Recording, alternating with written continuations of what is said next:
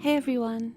Before we open today's file, please make sure to follow us on Instagram at d.s.radio, where you can find all the images that go along with today's case. You can drop us an email at contact.dsradio@gmail.com. You can find all of our socials in the Linktree bio on our Instagram profile, including links to merch. If you're feeling especially generous, you can join our Patreon at patreon.com/dystopian simulation radio, where you can get access to our exclusive Instagram page and make suggestions for upcoming episode topics that you would like us to cover. Speaking of Patreon, thanks to our Patreons, Riff Cult, Cropley Crab, Cash Broadus, Raspberry Jr., Jason R. Nelson, Creepy Paper, Jamie Sook, Michael Laughlin, Lindsay Keller, Mike Wright, Greer Weaver, Kelsey Carruthers, Linz Gibbon, Drake Holvig, Only Child, Michael M, Wesley Akers, Riaz K, Emily Medeiros, Pip, Heather Wynn, Graves, Devon Sweatshirt, The Ordained Sinister Minister, and Philip Hoffman.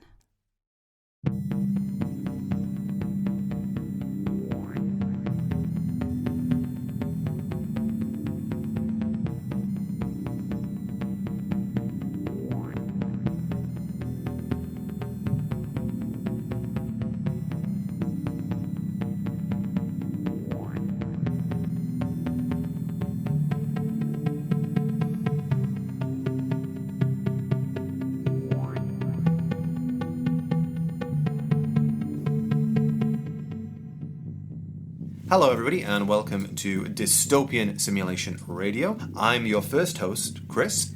And I'm your second host, Linz. That was a weird way to introduce us. Well, we've recorded this 3 times and that's what we're going with. Yes, okay, that's what we're going with. How are you doing, Chris? I'm so-so. I'm generally fine, but I'm suffering from Mariko Aoki phenomenon. From what? You don't know it? No, never ever heard of that in my life. The Mariko Aoki phenomenon is an expression that refers to the urge to defecate that is suddenly felt after entering a bookstore. Is your house a bookstore now? Or? I mean, there's 3 books over there, which I haven't read. So How yes. many books does it take to have a bookstore? Could you have 3 and just call it a shop, and then it's a bookshop? Let's say yes. Okay. You suddenly have the urge to defecate. I really need to go. Yeah, okay, I validate your feelings. Well, there we go. And how are you? Good. A lot of caffeine. Good to go. Had to wake up early. For some reason, Chris likes to wake up at like 4 a.m. or something. I don't know what he does. Go swimming. I did. And various other things. And I'm just sitting there blinking into the abyss. But I'm here and I'm awake. And yeah, the day's going to be longer. I can suffer for longer. It's just bellissima. That's all we want. Eternal suffering. So Chris, a strange file has come across your desk today and you're going to... A bit of a strange one, yes. So this one is a real world case. So it's a true crime story, essentially. And today's topic is actually based around the world of professional wrestling and the dark place that it led today's individual that we are discussing. Linz, do you like wrestling? Well, I know that you absolutely love wrestling. I do. I don't think we've gotten through one episode where some kind of wrestling reference hasn't been made. So the fact that you've chosen a wrestling topic does not surprise me at all. But to answer your question, I used to like wrestling a lot in probably high school. So, 2000s. Yeah, I was really into it for a time. And we often watch some retro clips and Royal Rumbles for fun. And that's always a joy. And every time I come around, you show me something or you tell me something, some kind of wrestling update, something you want me to watch. Chris he's literally, I swear, I have this theory that he has like this, it's like a Mexican wrestling mask, right, in the other room. I've got a couple, but yeah, I do have a Mexican wrestling mask, yeah. I think that he's bought some kind of antique wrestling mask that has possessed him and that he... Like, I don't know where Chris is anymore. He's just a vessel for this cursed Mexican wrestling mask. All I am now is El Santos. Yes. By the way, Chris is actually El Santos. That is his name. wrestler's legal name. Legal name. So apart from the obvious C-3PO, who are your favourite wrestlers? You have to explain that C-3PO reference. We were watching a Royal Rumble, and for anybody who's watching this, listening to this isn't a wrestling podcast. It's just we're doing an episode about this today. But I think Chris wishes it was, but it's not. It's but don't worry, if wrestling isn't your thing, that's not what it's turned into. But what we occasionally do is we'll have dinner or whatever, or we'll hang out, we'll have a few drinks or something, and we'll pop on a Royal Rumble, which is a wrestling event where there's lots of wrestlers who enter. They all try to throw each other over the top rope. And my wife was with us at the time. The last time, she knows nothing about professional wrestling, and she started giving names to all of the wrestlers. And there's one wrestler called Gold Dust who is all painted gold, and it's supposed to be an Oscar statuette that's come to life. That was the original idea of it, which, yes, wrestling's ridiculous, get over it. And she just said, who's this C-3PO guy? And we now we just can't stop calling Gold Dust C-3PO. But he honestly looked like C-3PO. It was like the nickname she was giving all these wrestlers was just hilarious. Wasn't there like Disco Gimp? Who was that? No, she didn't go with Disco I Gimp. did, I think. I think you did. So apart from that, who were your favourite wrestlers growing up? Hardy Boys and Lita, Jericho, Chris Benoit. I don't know, all the sort of like the big hitters of the time, I suppose. Not so much like Triple H and what were they called? Like Steve Austin and... Oh, Steve Austin, hell yeah. Undertaker, Kane. Yeah. You just weren't feeling Triple H? You just don't... No, I don't know. I just never liked Triple H. Like, was it because he was just telling you to suck it constantly? Yeah, the DX thing of just suck it. Yeah, like crossing your hands and thrusting into the negative space or whatever the hell they did. It was just like... And X-Pac was annoying. Like, oh, God, no. But yeah, there was a lot. It's hard to recall now. It's been a while. After this, we're going to watch the best of X-Pac. Oh, fuck off. Make some noise! He's so annoying. Oh my God, Taz. Little Taz.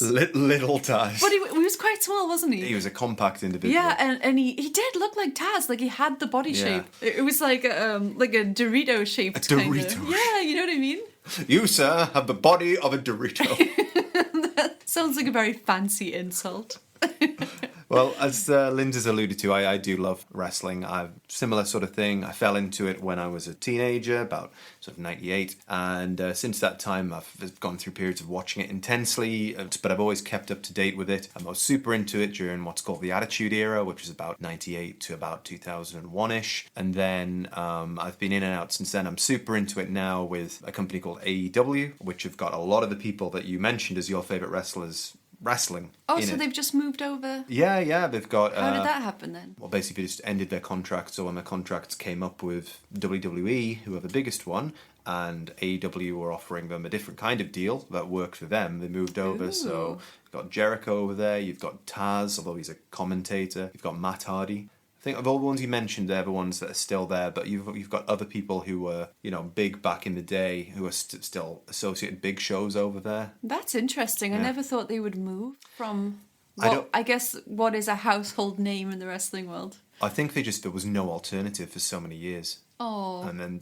I thought you meant they didn't have any other choice. I was like, what? Well, in a way... You literally mean in a an way, alternative federation. they didn't. If you talk about going from WWE, which is like the Microsoft of wrestling, to the next thing down would be like TNA at the time, which would be kind of like talking about a startup company. There's a big difference between the two. So I do love wrestling. Hold up. How old are those wrestlers that we mentioned? And Jericho's 50 now.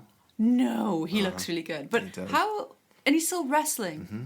How old can you get before you quit? Like, but some are really old, like those 90s ones. Or like, yeah, well, it used to be that most people would retire about 40, and that was considered old for a wrestler. Yeah, for an athlete. Yeah, I remember when Macho Man Randy Savage was told by Vince McMahon that he would have to retire because he hit 40. And now the WWE champion recently was like 48. Yeah. It's not a barrier anymore.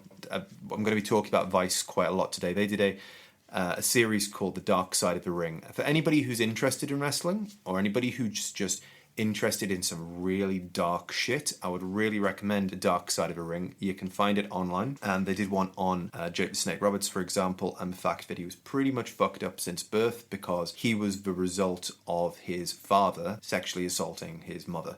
Oh. And that just set him off on a bad course to begin with. But anyway, we'll move on from that because that's not what we're talking about today. What we're actually going to talk about is one of the wrestlers that you mentioned, which is Chris Benoit. Canadian crippler. Canadian crippler. What are your memories of Chris Benoit, aside from today's topic? He didn't really have a gimmick. Mm-hmm. He was a good wrestler. So what is a gimmick? Some kind of costume or character that he played, or something. So he was just himself, maybe. Yeah, he was just a dude in some pants. A dude in some pants. Yeah, but yeah, he didn't have like a big flashy costume. He was just like a regular. Well, obviously he was massively fit and pretty big. But he was quite small too, wasn't he? He was. I was about 5'10", or something along those lines. Oh, so not like I remember. I thought he was a lot smaller. But yeah, he was by wrestler standards. Yeah, yeah. If you think about I guess 5 compared to like someone like Jericho, who Jericho's also under 5 foot, I think. under 5 Sorry, under 6 foot. Jesus Sorry. Christ, who is he dancing? Jericho was also under 5 foot. I was like, hold up, like. So Imagine, sorry, I just imagining Jericho under 5 foot.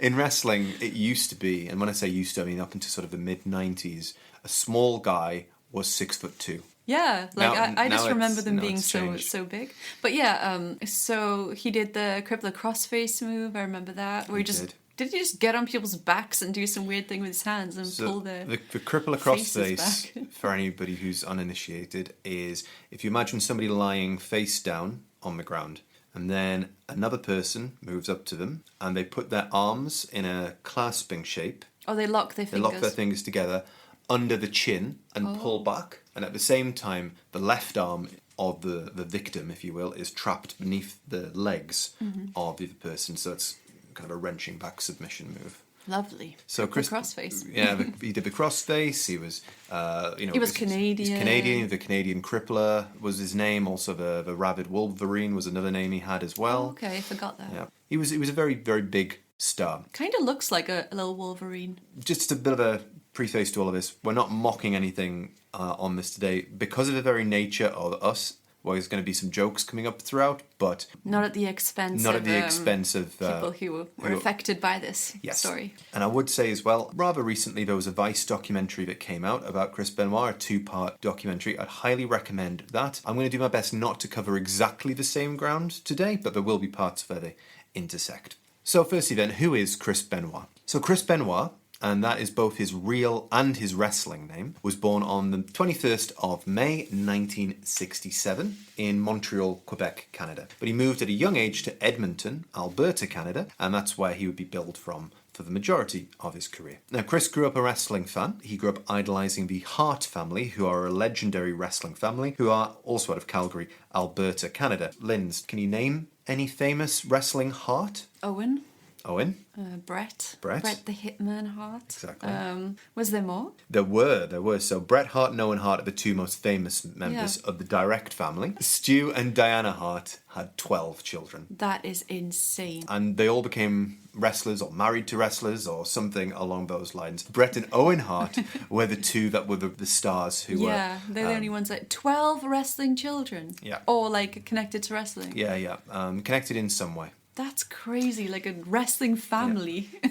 There were some associate members who were also people like Jim Neidhart, Brian Pillman, Roddy Piper, and the British Bulldogs. I'm talking about both the wrestler who had become known as the British Bulldog, Davey Boy Smith, and his tag team partner, the Dynamite Kid, Tom Billington. Now, the Dynamite Kid connection is an important one, as the Dynamite Kid was famous for A, being an apparent total asshole. He famously would do things like wake his wife up with a gun pointed at her face, pull the trigger, and then tell her that one day it would be loaded. Oh my God. And B, being an incredibly intense in-ring performer. And out-of-ring performer by the sounds of it. Now let's pause for a second. So, Linz, is wrestling real? Well, the stunts and... Well, yes and no. The stories aren't real, I think. I don't think they're real. And I guess the fighting is, but it's also not. Isn't it kind of choreographed? But it does take a lot to do those things. So yes and no. Yeah, I mean, it might not be what one would call real in the exact sense of the word, but the action in the ring is much realer than you think it is. It's like acting with a bit of It's like acting with your body. Yeah. And, when wrestlers take a fall in the ring, which is referred to as a bump, it's said to be the equivalent of being hit by a car. Wrestlers often talk about having something called a bump card, which is kind of like a fictional thing where you've only got so many bumps that your body can take in your career. So if you're not wrestling in front of the big crowd, there's not many ticks going on the bump card. But if you're wrestling in front of Madison Square Garden, you're bumping all over the place. Bumping all over. Bumping all over the place. All over Madison Garden. Yeah. Now, when I say that Dynamite Kid was intense, what I mean by that is he was snug. He landed everything. He connected with his opponent as often as possible to make it look as real as possible. This style resonated with the young Chris Benoit, who loved the hard-hitting style of the Dynamite Kid and decided to emulate his style as much as possible, including his signature move. The flying headbutt. No, what is it? Yeah, the flying headbutt. Okay, flying yeah. headbutt. Yeah. So anyone who doesn't know what that is when a wrestler climbs up to the top rope, which is around 5 feet off the ground, jumps into the air in a swan dive motion, and headbutts the other wrestler who is lying face up on the mat. Now in kayfabe, and that's what's referred to as the wrestling storyline world. Kayfabe. Where does that come from? It comes from carnivals. And the old wrestling carnivals. So when there's something called carny speak, like Ixnay mi hombre. Yeah. That's carnival speak. It? Yeah, it's carny. What is that? Less of the man or something? Yeah, less of the man. I don't know exactly what it means. It's adding those suffixes and things to the end of words. So where a mark, as they'd be known as, and that's what they're known in wrestling as well, fans wouldn't be able to understand what the carnival people were saying to each other. That could be an episode in itself. Yeah. That's really interesting. So kayfabe is what's known as the fictional world of wrestling. So if you were to keep kayfabe, let's say we were both wrestlers who were feuding with each other, and if we were to completely keep kayfabe and we saw each other in the supermarket, I would have to be like, fuck you, man! And you'd be like, no, fuck you, man! Oh, that's really cool. Maybe it's like fable, like story, damn. So in the fictional wrestling world, the wrestler hits the other wrestler with his own head. So head-to-head contact. But in reality, what the wrestler who was hitting the move from the top would try to do would be to aim for the shoulder. How do you not break your neck still? Because off a turnbuckle and landing your head on anything surely has to do some damage. Well, yeah, it does, and that's going to play into today's story as well. Oh Lord, I feel like I know where that's going. Yeah. Would you fancy jumping 5 feet into the air and headbutting my shoulder? Now that you mention it, it is on my bucket list. Oh well, okay, no. I think one time is okay, but no. Every night, no, it fucking hurts to do. Yeah, every night I'm going to come around at 6 p.m. sharp and just. If you think wrestlers ideally are working, they're not just working television; they're working what's called live events as well, house shows where in front of non-televised audiences. So they're doing multiple head-on collisions 5-6 times a week. I never considered that they're doing shows every night. I know that sounds so stupid, but I never considered that non-televised events where people are just Yeah, I mean, they traditionally they were the big money earners, and the television was advertisements for the live events. It's like going on tour, but never stopping. It's a never-ending tour until you're 50.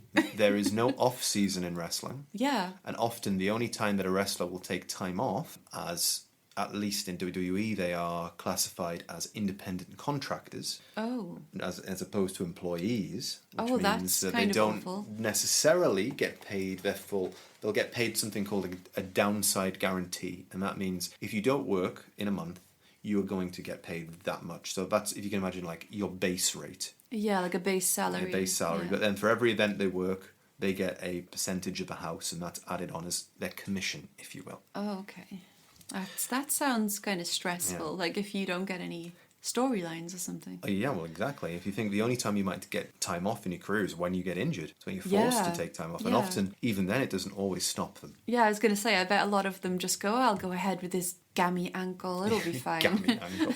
So bear in mind about this, head trauma as we progress through this story. A wrestler called Harley Race was the person who invented the flying headbutt.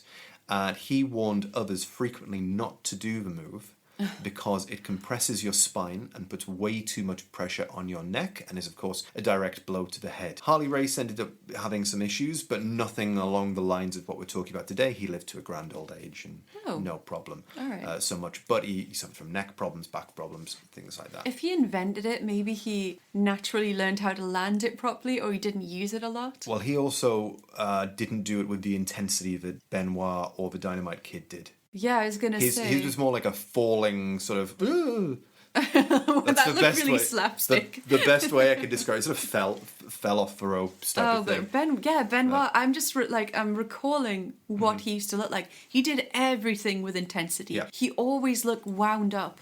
He always looked ready to go. Like, he always looked kind of vicious. I guess that's where the Wolverine name came from. Well, yeah, exactly. He did have a vicious streak to him in the ring. Now, Benoit began training to be a wrestler under the Hart family at their wrestling school, and then soon made his debut for the promotion that they ran as well, which was called Stampede Wrestling. Now, not long after that, he got a shot to ply his trade in Japan. So, Linz, does Japan and wrestling mean anything to you? Do you know anything about the Japanese scene in wrestling? No, not at all. But I do remember you posting some photos that you took.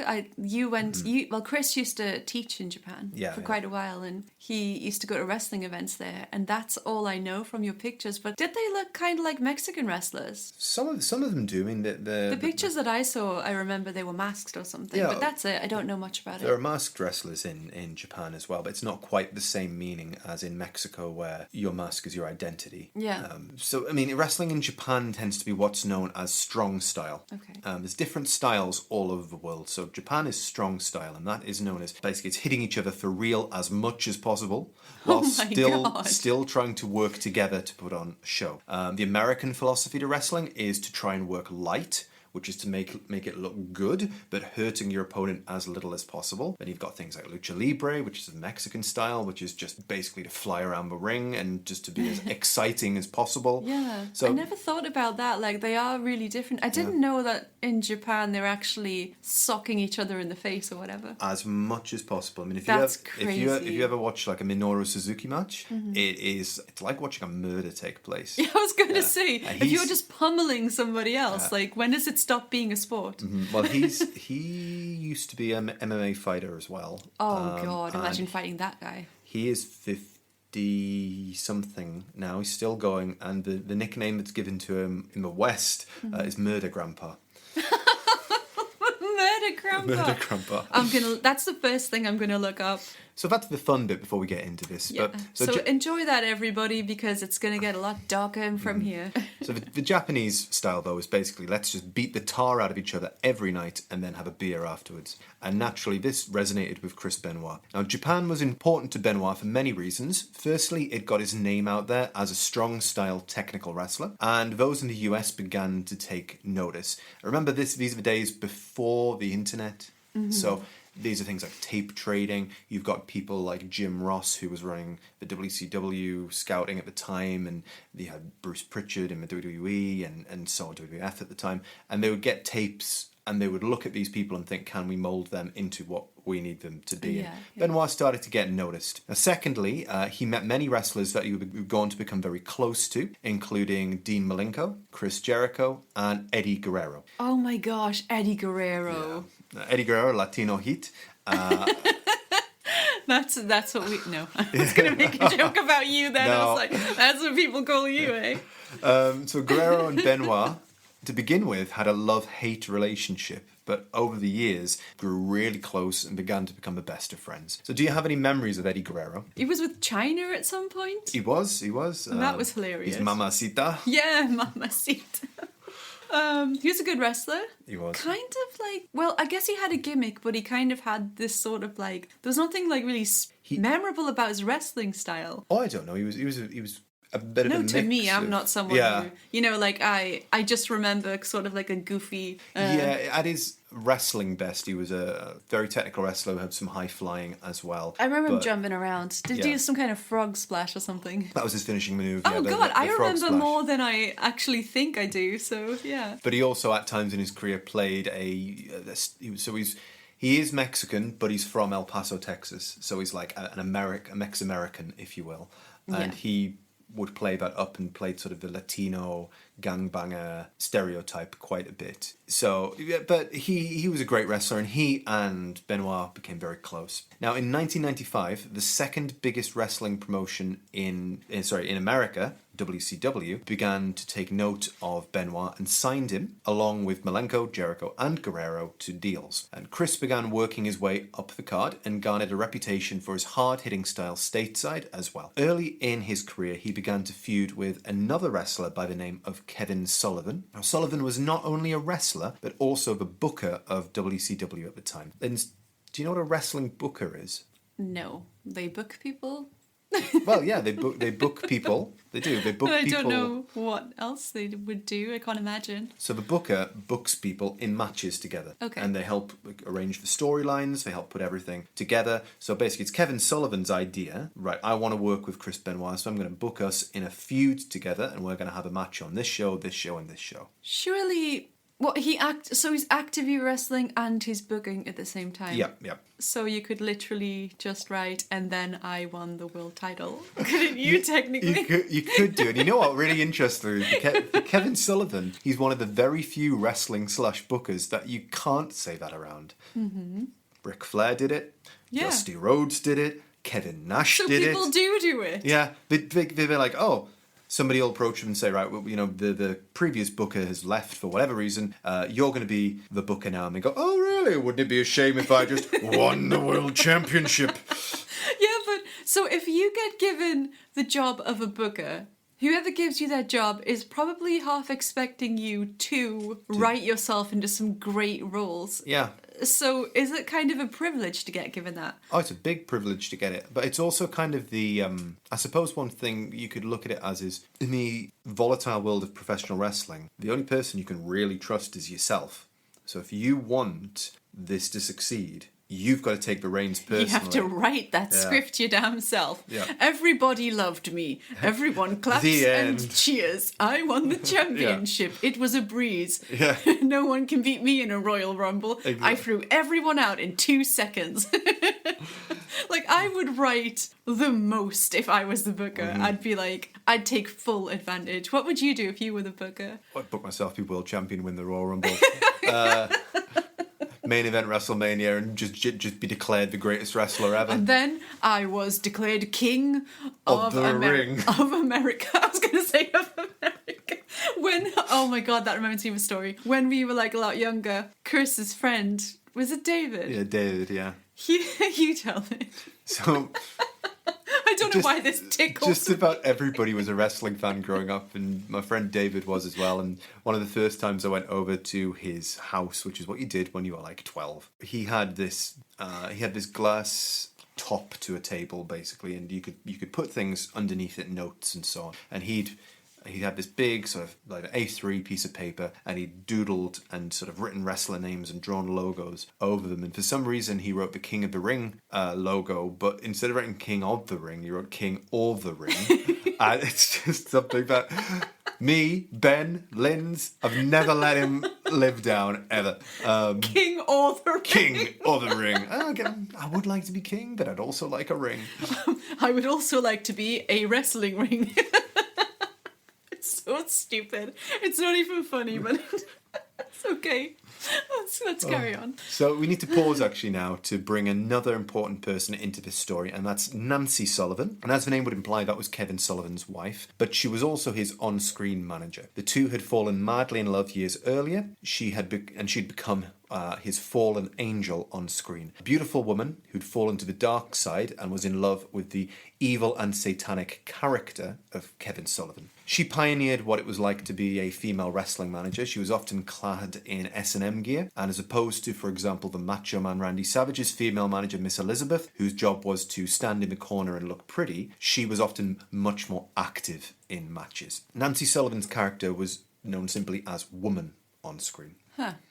Kind of fits with a satanic theme. Well, yeah, he would do things, but he'd be like around a cauldron that was on fire, and he'd be like, "Woman!" Yeah, like, it kind of fits with the. It works then, but later on, when she changed her gimmick and stuff, it didn't really work. Yeah, she's just like a wrestler, and she's like, and out comes Woman. It's like, here comes Woman. We gotta change that. Did she change her name later? No, she never did. She just kept Woman. Kept being Woman. Yeah. It's pretty unique, though, isn't it? It is simple and unique. So Kevin Sullivan thought that he and Nancy had been together on screen too long. So he thought he would shake it up a bit if she was paired with someone else as their manager, and Kevin chose Chris Benoit as the man to steal her from him on screen. Kevin Sullivan was an old school wrestling mind and insisted that everyone needed to keep kayfabe. Now, we discussed what kayfabe was before, the fictional wrestling world. Instead, what you might expect, which was that everything happens as it's presented on screen, and then they go back, and Kevin and Nancy go back to their home. And back to regular old married life. Nope. Kevin insisted that Nancy and Chris had to travel together, and even stay in the same hotel room together. So you can see... Was Sullivan okay? He was just a old school wrestling mind, and the joke in the business was that he booked his own divorce. I was just about to say, I can see where this is going. Yeah. Please stay in this room with Chris Benoit on tour for months. Definitely don't come back to our family home. Get real into character. Yeah. Real into character.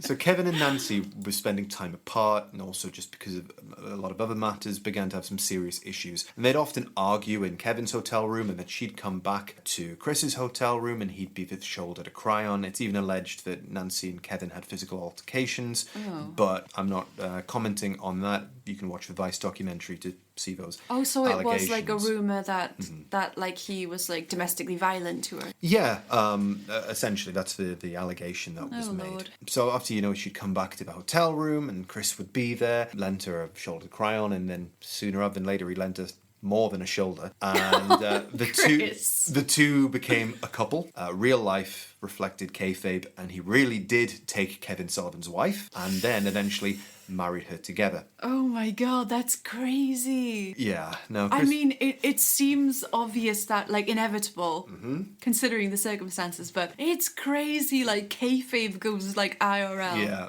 I love it. Was he a nice guy then, Chris Benoit? By all reports, he seemed to have been a really nice guy. I mean, people talk, with the exception of what we're going to go on to today, about him being a really, really nice guy who had, a lot of time for people and so on. If you read Chris Jericho's first book, the first few pages are, I'm going to be talking about Chris Benoit through this, who was my best friend. I'm going to talk about him as my best friend, and then I'll address what happened at the end of the book, because for me, they're two separate people. And I guess that's kind of how somebody close to this situation would have to deal with this. He was known as a very intense individual, but if you became friends with him, it was like you had a very loyal friend. So Chris continued rising through WCW. He won titles, he joined the legendary faction The Four Horsemen, and he even wrestled Bret Hart on the tribute episode to the late Owen Hart after he died in a terrible accident. But ultimately, he hit the ceiling for a smaller wrestler like himself. WCW was known as where the big boys play, and it was very much a big man's area, and he struggled for a lot of the time. Ultimately, as a last-ditch attempt to keep him, the company threw the world title at him as he was exiting the company, hoping that would be enough to keep him to stay, but he walked out the next day with some friends. So what happened was he, Dean Malenko, Perry Saturn, and his best friend Eddie Guerrero walked out of WCW and walked into the loving arms of the larger wrestling company, the WWF. Damn. They became a group known as the Radicals, and that happened in 2000. Oh, the Radicals. Okay, it's starting to ring a bell here, yeah. Now, Nancy Sullivan, who was now Nancy Benoit, this time more or less retired from wrestling after having her first child with Chris, Daniel Benoit. This was Nancy's first and only child, but Chris had had 2 children from a previous marriage. Oh, really? I didn't know that. So Chris, Nancy and Daniel all lived together in Fayetteville, Georgia. Georgia was also the base for WCW, so it made sense for them to live there originally. Chris and Eddie Guerrero rose up through the ranks in the WWF.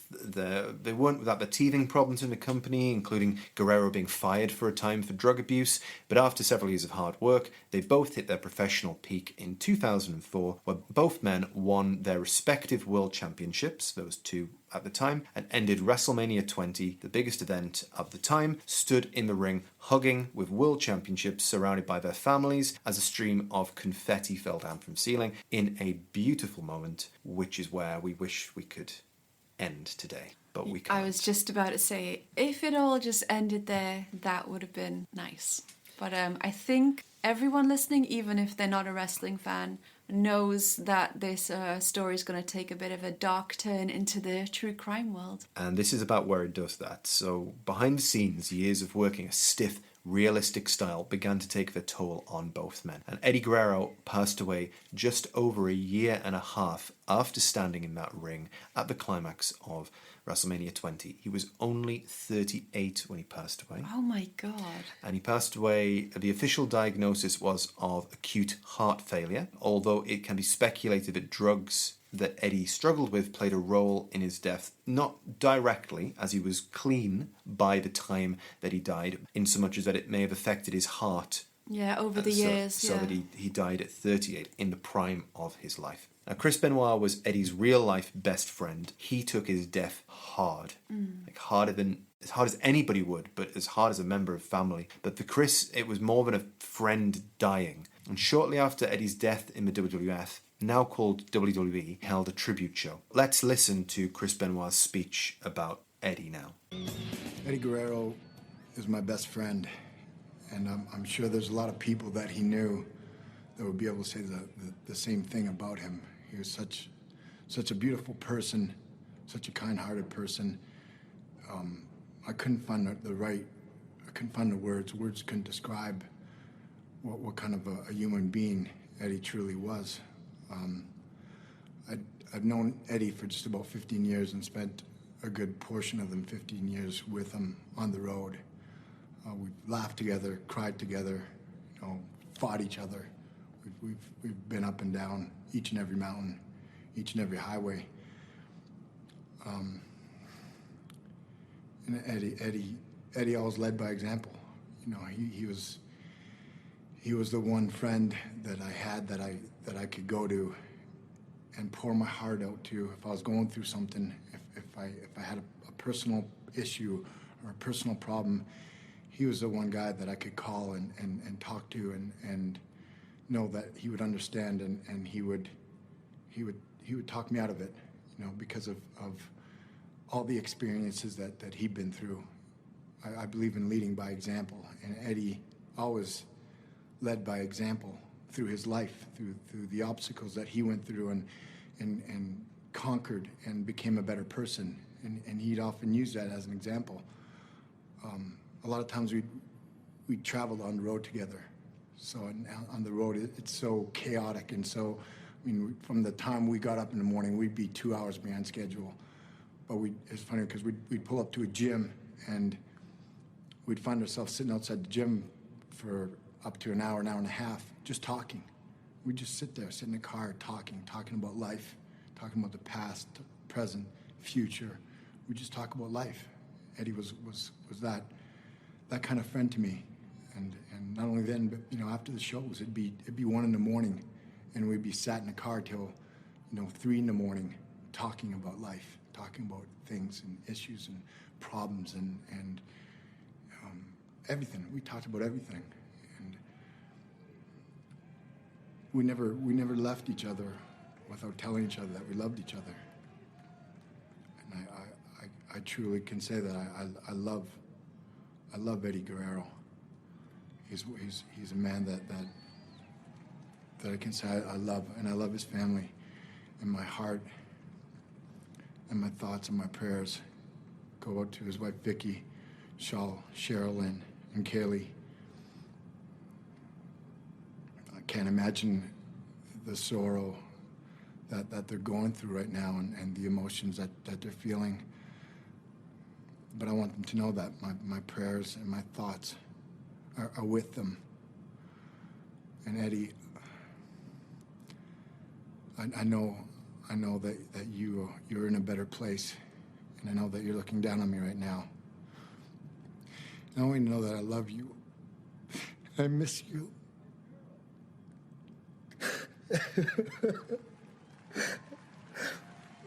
Eddie,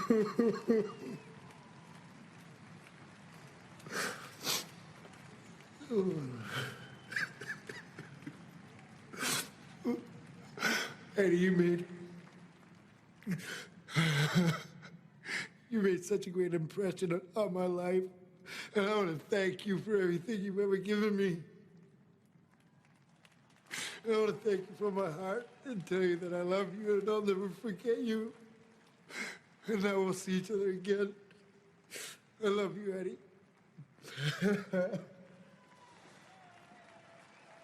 So obviously that's a really emotional speech that we just heard there. Yeah, seeing him that upset, like it's...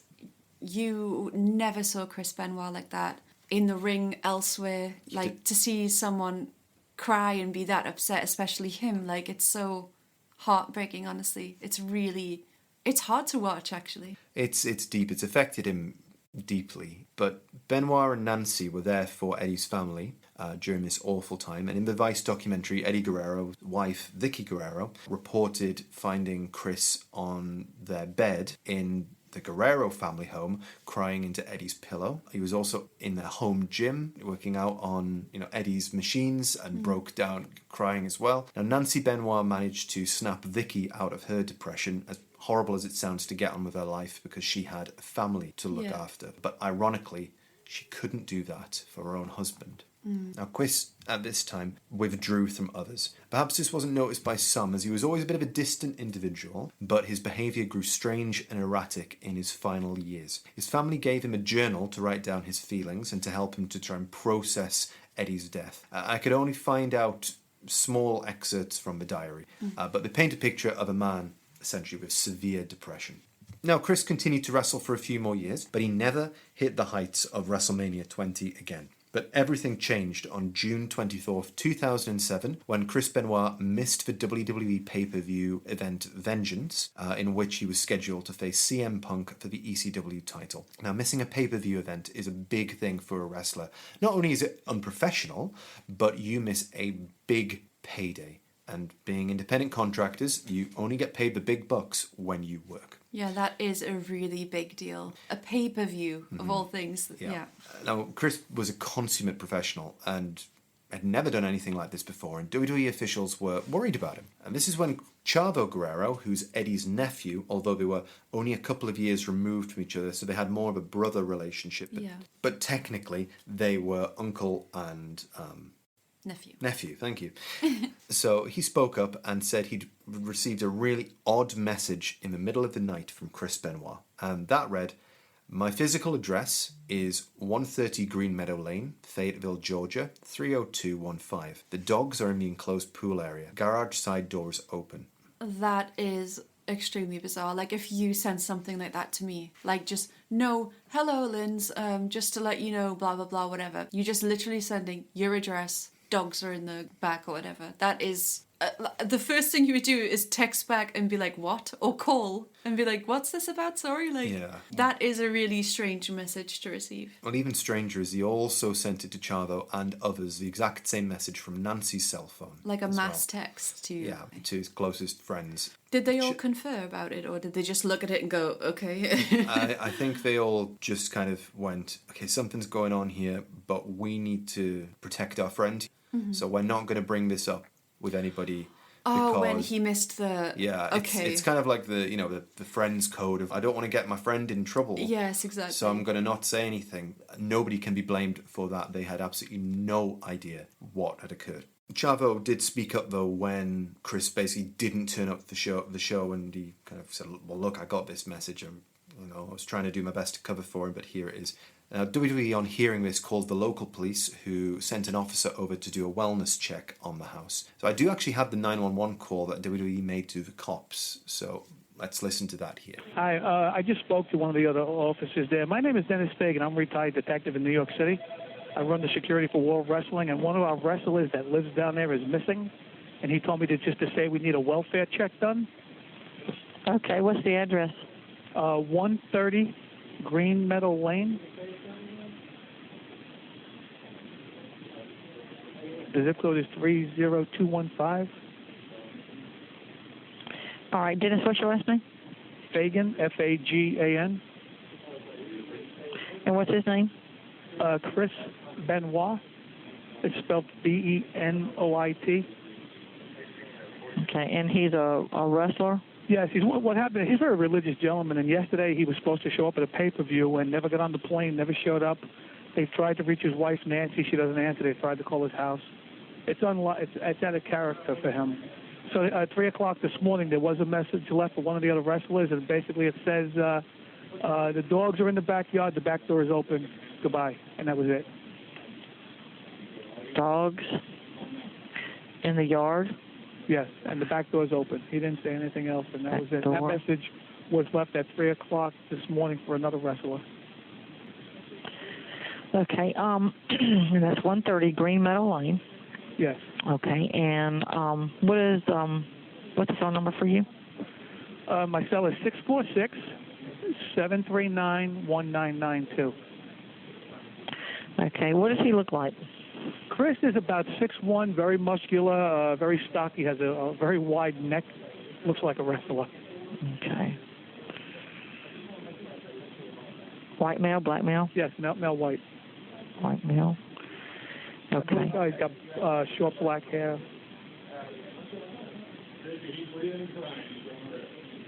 Okay. All right. We'll go ahead and send somebody out there to check on him. If you want to call us back in like 45 minutes or so. When the cops arrived, they found a grisly scene where the entire Benoit family, Chris, Nancy, and their 7-year-old son Daniel were all found dead.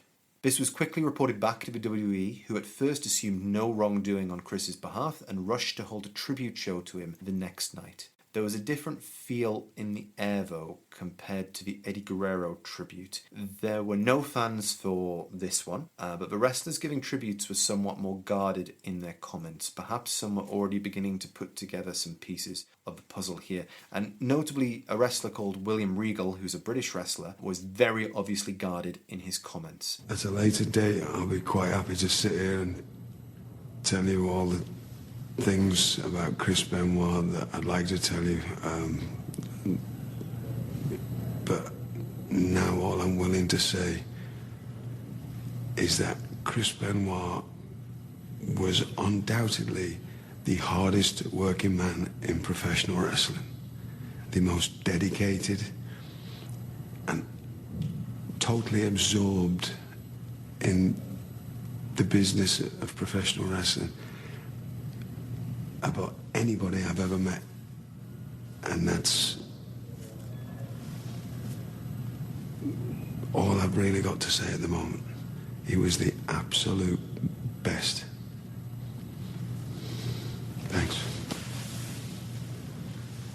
However, other wrestlers such as Edge made it very clear what a mentor Chris had been to them, so it certainly wasn't all negative or guarded about Chris. Chris was a consummate professional, and if it wasn't for what we're going to talk about now, he would be a legendary figure in the wrestling business rather than an infamous one. So what happened?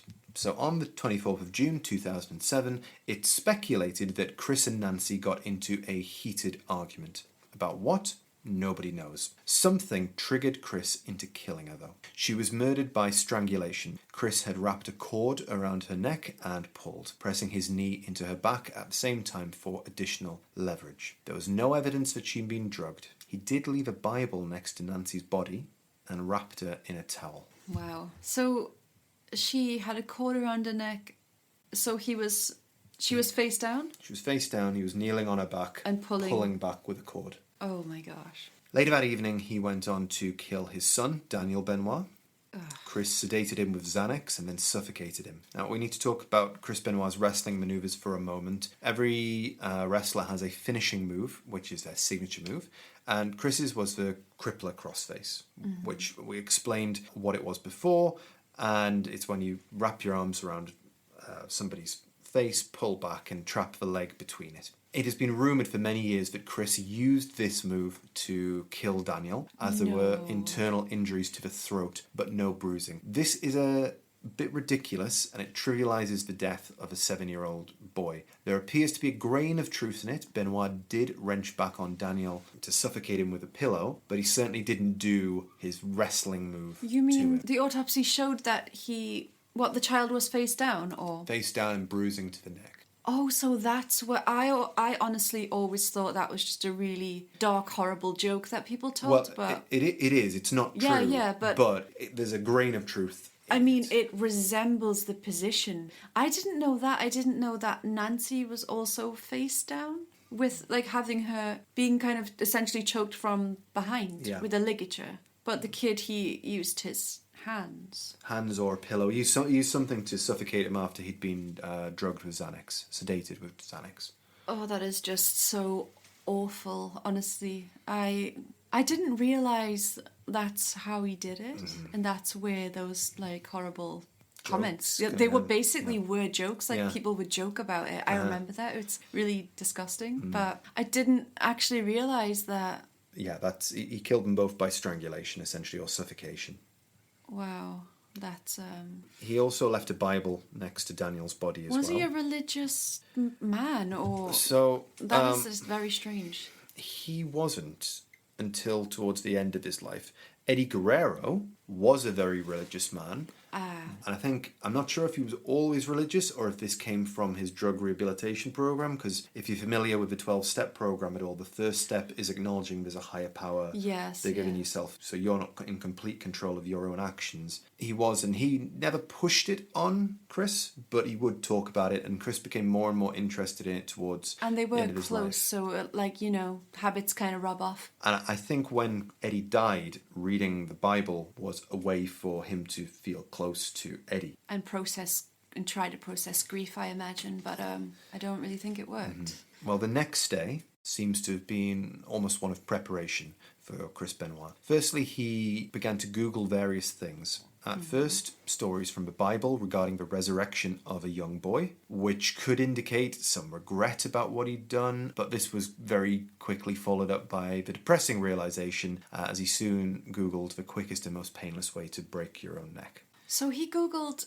a story in the Bible about resurrecting a young boy. That makes me think, like, you said that you think he Googled it as in he wanted to attempt to resurrect his kid. Yeah, I mean, it almost seems like to me, I mean, just from the position I'm standing from it, if you've done something and then you are searching for a way to reverse that thing, even as a last ditch sort of grasping at straws sort of thing, it indicates a certain guilt, I would imagine. Or that you, for some reason, believed someone could be resurrected and you'd kill them, and then when that didn't happen, you're Googling it going, that's like a don't want to say a psychosis, but putting the Bibles next to them. And I haven't seen any evidence suggesting that there was a pre-planned thing in that kind of... I mean, it could be. It's certainly a theory. Yeah, we don't know, basically. We don't know. But how strange. Like, that kind of makes me feel like he thought that there'd be a different outcome from doing that, which is kind of sad. He also started to prepare the house in terms of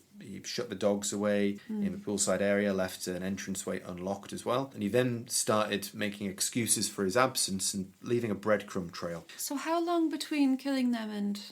It all took place over a weekend. Oh, wow. I believe that he killed Nancy during the day, then followed up later that day with killing Daniel, and then the next day killed himself. Okay, so he actually was in the home with their bodies. With their bodies for a while. Which is presumably why he covered them up. Yeah, usually in crime-wise, when people cover up a body, it's usually because they know the person. So I mentioned there that he began making excuses. So he left voicemails for Chavo Guerrero saying that he'd missed the next show. Leading up to the upcoming pay-per-view, the whole family had food poisoning. Oh, okay. So they wouldn't be contactable. Chavo later called Benoit to find out if he was okay, and Benoit did answer, but he sounded very groggy, and he was very concerned with Chris's demeanour, but kind of just put it down to food poisoning that they supposedly have. Chavo did follow up with a call later that evening, but Benoit did not answer. He did return the call to Chavo and said that Nancy and Daniel were vomiting blood and he wouldn't be making it to the next show. Vomiting blood? I think you should have been in hospital at that point. Well, yeah. Now, one of the last things he said to Chavo on the phone was, "I love you." And then he later texted to say that he would be on the 8 a.m. flight out to the next show. At this point, Chris began sending the texts that we mentioned earlier to wrestlers and officials. And shortly afterwards, Chris took his own life. He used a weight machine in his home gym to form a noose, pulled down on extremely heavy weights, wrapped it around his neck, and then let go. And according to the autopsy report, that killed him instantly. Oh, that's really horrible and lonely. And, yeah. When the sheriffs arrived following on from the phone call to do the wellness check, a neighbour assisted them in controlling the dogs, as she regularly assisted the family when Chris was on the road, and the police then found the grisly scene with Nancy's body already beginning to decay at this point, and presumably that's because of the hot Georgia heat. Yeah. And when police entered, they reported just the smell of death was in the air. Yeah, they knew. No suicide note was found initially. Oh.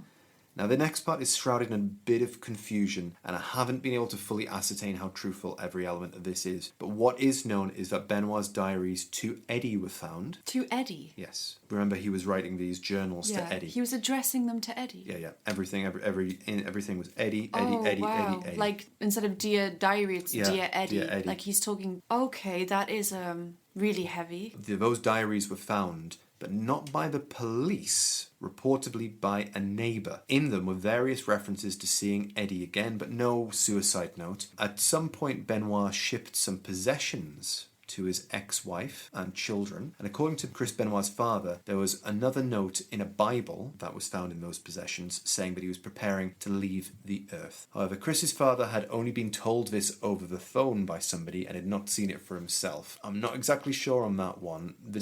So he shipped possessions, so he knew he was going to do this. He was preparing to do something, whether it was to do this exactly or not, we don't know. Oh, wow, that... Imagine living knowing that you were... Like, he just really wanted to be with Eddie. Mm-hmm. Wow, that's something else. I didn't know any of that, actually, about the case. The discovery of the diaries is odd, and when coupled with the fact that the surviving family found vials of steroids in the house, this all points to a incomplete police investigation.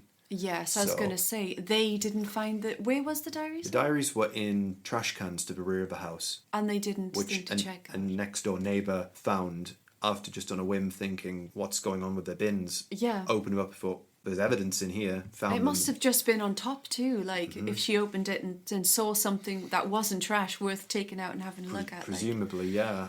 So the police didn't... They didn't search the house properly. They did not find vials of steroids, which would certainly be evidence. The fact that surviving family members came to the house and found evidence, neighbours found evidence, and police did not pick up on it. Sadly, that kind of tends to be the thing. Like, sometimes with investigations, like, police often overlook things and the family will go back and be like, well, that's not usually there, or this is abnormal. For like, yeah, it's kind of weird. Like, I've seen cases where family have literally collected, like, hairs of people that didn't live in the household, found blood and stuff. The police just, like, didn't...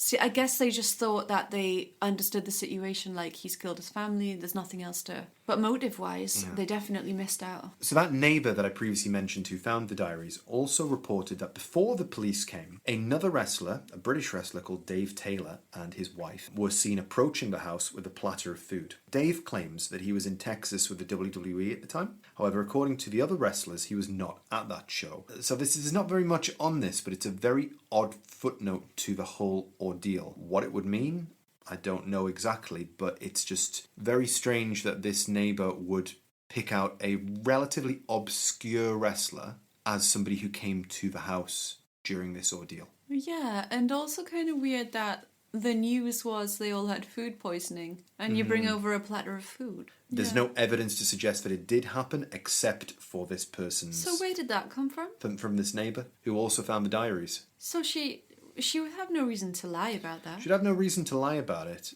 but the police... she obviously recognised the people. No, the police investigated to some level and found that this wasn't worth pursuing, but also he wasn't at the show that he said he was at. So that is real. That's a strange kind of...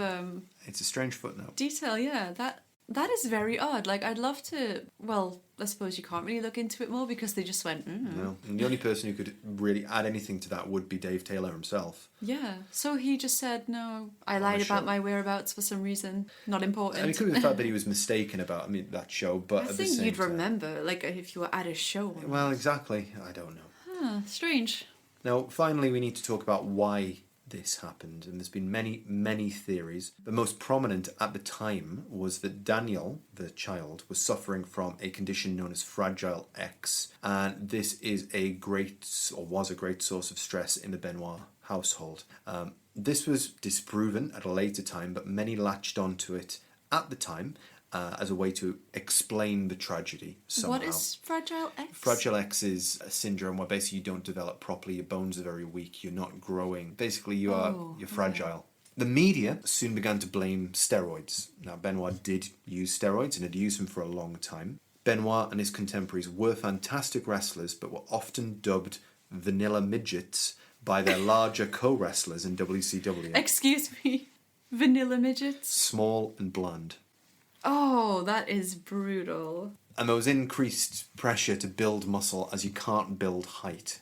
Vanilla midgets. Vanilla midgets. Now, Benoit's body was found to have an enlarged heart, 620 grams, which is roughly double the size of an average male heart. Oh my god.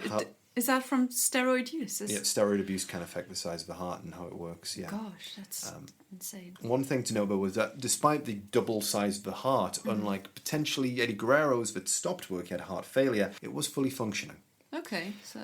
and aside from what's referred to in the autopsy as testicular failure, the steroids had no major effect on his body. Testicular failure? And does his balls shrink up? Is that a real thing? It's a real thing.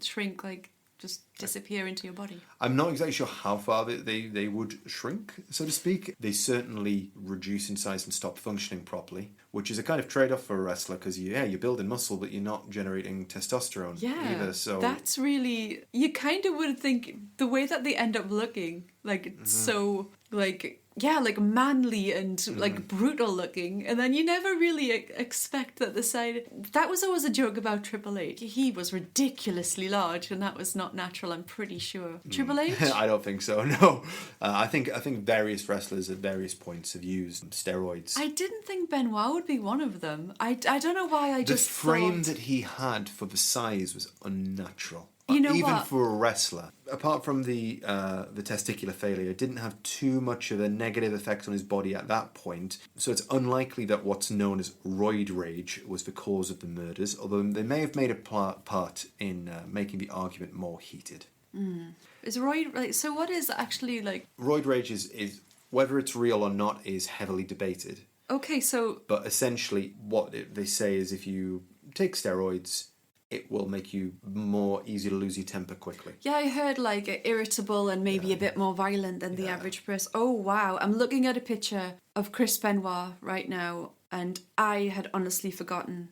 You're right, that is... He's like a tank.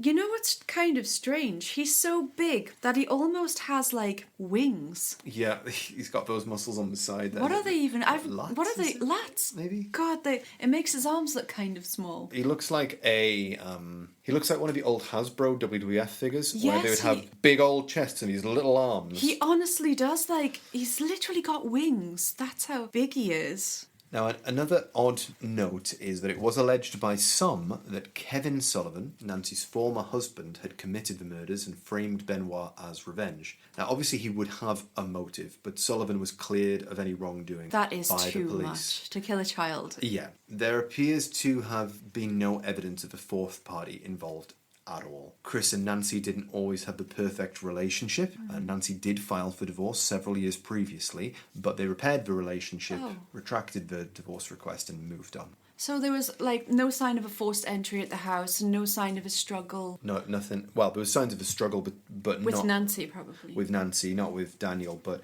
there does not appear to have been a fourth party. No broken windows, no forced entry. So they're pretty sure, it was a... The most likely cause, we can say, many, many years after this happened, is a combination of severe depression resulting from the passing of several of his best friends in a 4-month window. Eddie Guerrero, and then another famous wrestler who lived locally to Benoit and was his geographically closest best friend, Johnny Grunge, and the concussions that he'd built up over the years. Chris Nowinski, who is a former WWE wrestler, retired following several concussions, and he was also a Harvard graduate and began researching with them concussions in the NFL. Several players had been involved in police chases or violent incidents in their post-NFL careers and suffered from chronic traumatic encephalopathy, I think, or what's commonly known as CTE. That sounded right. Let's go with it. Yeah. I'm going to be corrected a million times, but let's go with it. Now, Benoit's brain was analysed by Nowinski. The family gave it over to him, and Nowinski, along with West Virginia University, concluded that Benoit had the brain of an 85-year-old Alzheimer's patient. Oh my God, sorry to interrupt. 85-year-old Alzheimer's patient. Chris was 40 years old at the time of his suicide. Wow, so, I was reading about that, but a lot of American football players have it. Yeah, they do. Obviously they wear padding and helmets, but... Exactly. Benoit was jumping from a turnbuckle, doing that, flying headbutt thing. God knows how many times in his life. Mm-hmm. Now, just to pause for a second on this, suicide is unfortunately not an uncommon end for wrestlers, sadly. I'm not saying all of the following happened because of CTE, but just listen to this list of wrestlers who died by suicide. These are just notable wrestlers. So you've got Chris Von Erich, his brother Mike Von Erich, their brother Kerry Von Erich, Hana Kimura, Crash Holly, The Renegade, Ashley Massaro, Chris Canyon, Justice Payne, Mike Awesome, Sean O'Hare, Grandmaster Sexy Brian Christopher, Ludwig Border. The list could go on. And then on top of that, you've got many more wrestlers who do die a premature death because of heart problems, such as Eddie Guerrero. So being a wrestler is a serious health concern. There are wrestlers who live very clean lives, who live to a grand old age. The life of being on the road, being away from your family, working more or less 365 days a year when you build traveling into things, missing all the key events in your family's life. These can be real trigger points for people, and they can gravitate towards substance abuse, alcohol abuse, whatever it is. And these have a serious effect on wrestlers in quite a short period of time. And most of the people on those lists that I mentioned were under 40. That is way too many suicides. Exactly. If that happened in any other industry... It's so strange because, you don't really think about it. You don't really think, these people are constantly on tour, these people are constantly getting head injuries. They're not technically employed. They have to show up. They have to get these gigs. They have to be it's so strange. You have to get a good storyline in order to be on programs regularly. It's pretty difficult to get on a pay-per-view. And don't forget as well, you've got politics involved as well, because... Yeah, I can imagine it getting, being a lot of infighting. And also, you get written into storylines that you have to continue acting even when you're not in the ring. So there's really, where is the escape? Where is the rest? Where is the moments that you actually take care of yourself? There is none. Exactly. It's actually a lot. I can't think of another job where you would be working full time as your character, basically. You can't really get away from it. 24/7. 24/7. Every day of the year, basically. It's all consuming. It's what you could imagine being imagine if you worked at Disneyland and you played... Cinderella. But outside of Disneyland, when you go to 7-Eleven, people are like, it's Cinderella, and you have to be like, hello, or whatever she sounds That's like. the queen. Well, hello. Well, hello. Yeah, but also, you'd be in a lot of pain. Constant pain. Yeah. It's what they say is when you start wrestling, you can immediately tell who's going to stick with it. Because if people start complaining about the pain, they're not going to stick with it. The people who don't, what happens is I've heard it described as developing like a callus all over your body. So we both play musical instruments. So, you kind of get little calluses on the end of your fingers, which means that your fingers don't bleed when you play bass or guitar or whatever. Imagine having one of those basically all over your back. Oh, gross. Yeah, exactly. If you're in pain, what do? Well, exactly. If you're in pain, you can't take days off. The American healthcare system, I'm sorry to say this to any of our American friends who are listening, but from a financial perspective, it sucks. Yeah. You might get good care, but you're going to pay out the wazoo for it. Yeah.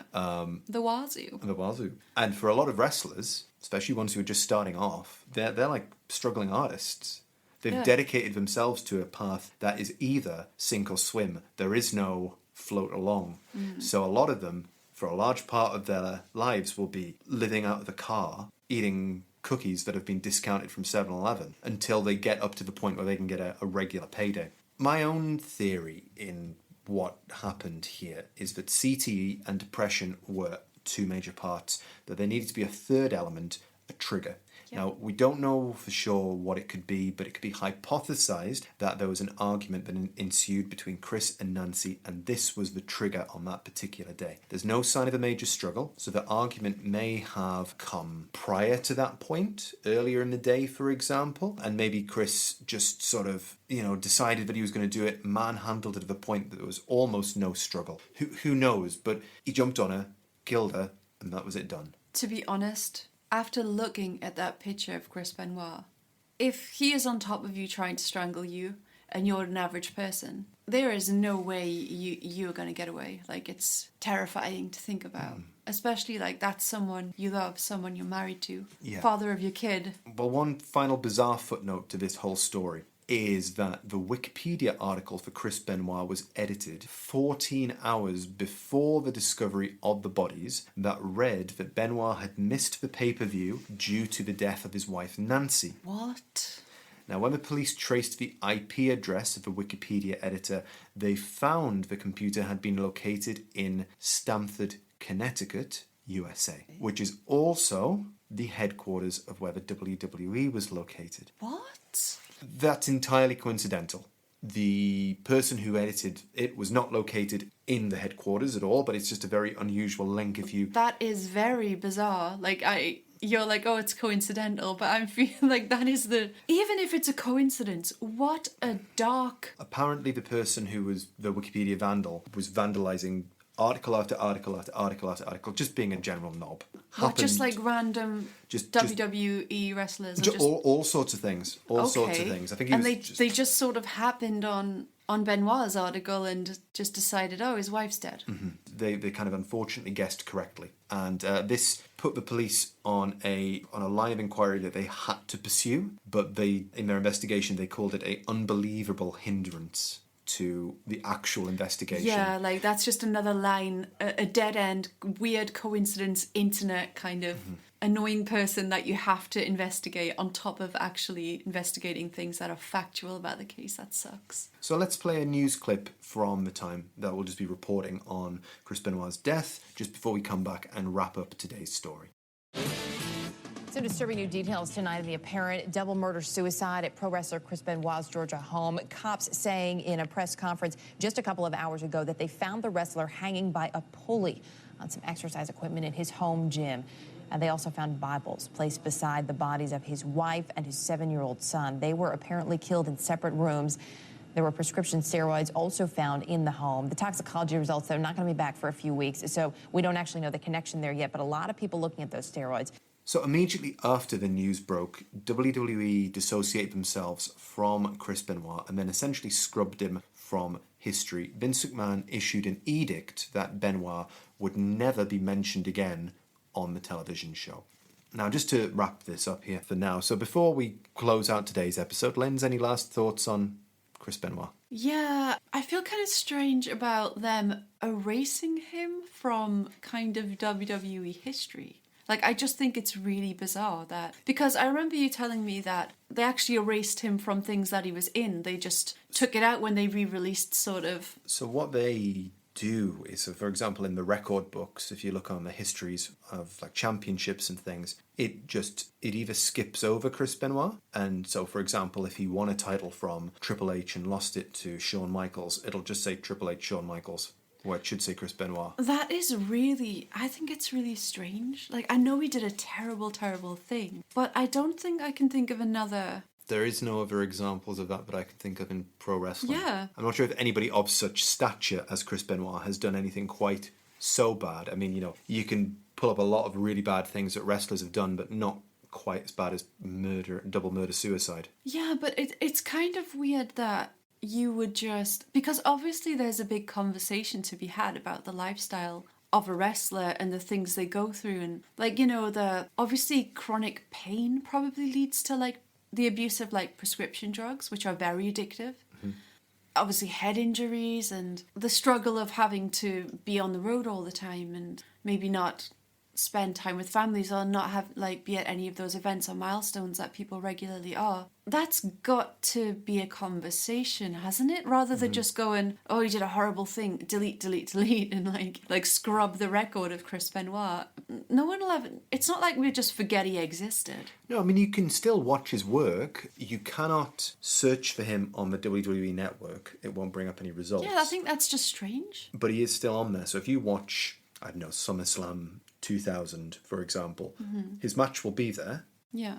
But there won't be a marker marking it, so you can't skip to it, and you also can't search for him on there. So it's more like, there's something that happened, but we are not drawing attention to I think that draws more attention. The fact that I just think it's such a strange thing to do. Maybe I'm wrong. Yeah. And it was initially the right thing to do, but whether it will be in the future or not, I think it's really up to personal taste. I think almost the balance is there right now where you don't want to glorify somebody like this, but it's still there if you want to see it. But WWE are quite hypocritical as well. So they won't mention Benoit's name, but they went through a big thing of reclaiming the flying headbutt, reclaiming the cripple across face. Okay. So I remember one match Triple H and Shawn Michaels had, who are two of the most powerful people in wrestling, and a lot of backstage stuff they run as well. And it was cripple across face, cripple across face, cripple across face, almost like a exclamation mark of, we can use this now, and it's not just his. Did they call it that? They called it a crossface, not a cripple across face. Okay. But the move is called a crossface. And then Daniel Bryan, or Bryan Danielson,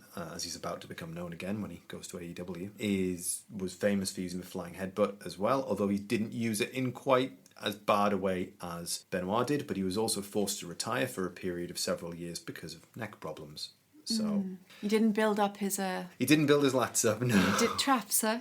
Traps and lats. Didn't build his traps up. That's all I'm going to say. So that brings us to the end of today's topic. I hope you've enjoyed this little foray into the world of professional wrestling. So just a few reminders as well. If you want to follow along with us, all of the information is posted to our Instagram account, which is at d.s.radio. Give us a follow, give us a few likes, leave a comment. We'll be posting our stories and polls and asking questions, so you can go and give us suggestions for things you might want to hear us cover. Exactly. Or vote for which episode comes out next. Exactly. So feel free to, drop us some questions as well about things, and all we'll do is just pop those in a little pile for maybe a future episode if we ever do a Q&A episode. Basically, we've got a link tree on there as well. So if you click on the link tree, you can find all of our social media things, but our main one is Instagram for the time being. Yeah. And also, if you've enjoyed today's episode and you feel like giving back to us to support the podcast and these things that we do, where can they find that, Linz?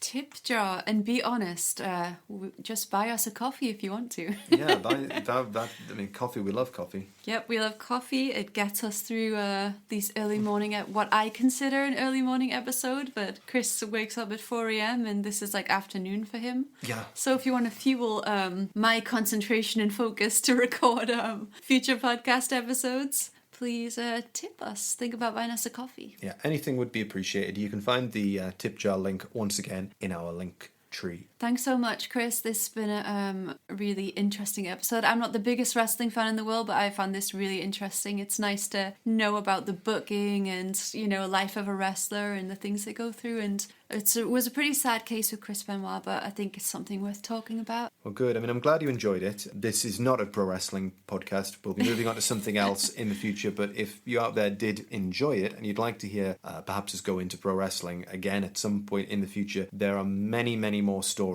A lot of bizarre tales from the wrestling world. Into. Yeah. We'll leave it there for now, but thank you very much for listening. I've been Chris. I've been Linz. And we'll see you on the other side. Bye.